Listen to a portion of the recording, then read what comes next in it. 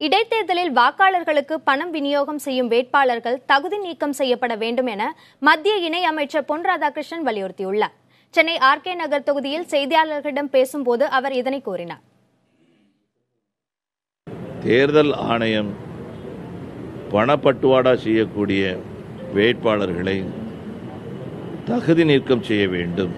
அந்த தகுதி நீக்கம் அவருடைய ஆயுள் காலத்திற்கும் தகுதி நீக்கமாக அமைய வேண்டும்.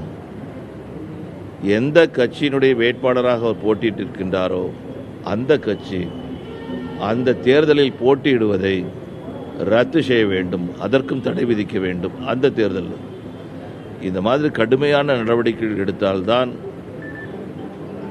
ஓட்டுக்கு பணம் கொடுப்பது தடுக்கப்பட முடியும் என்பது என்னுடைய கருத்து.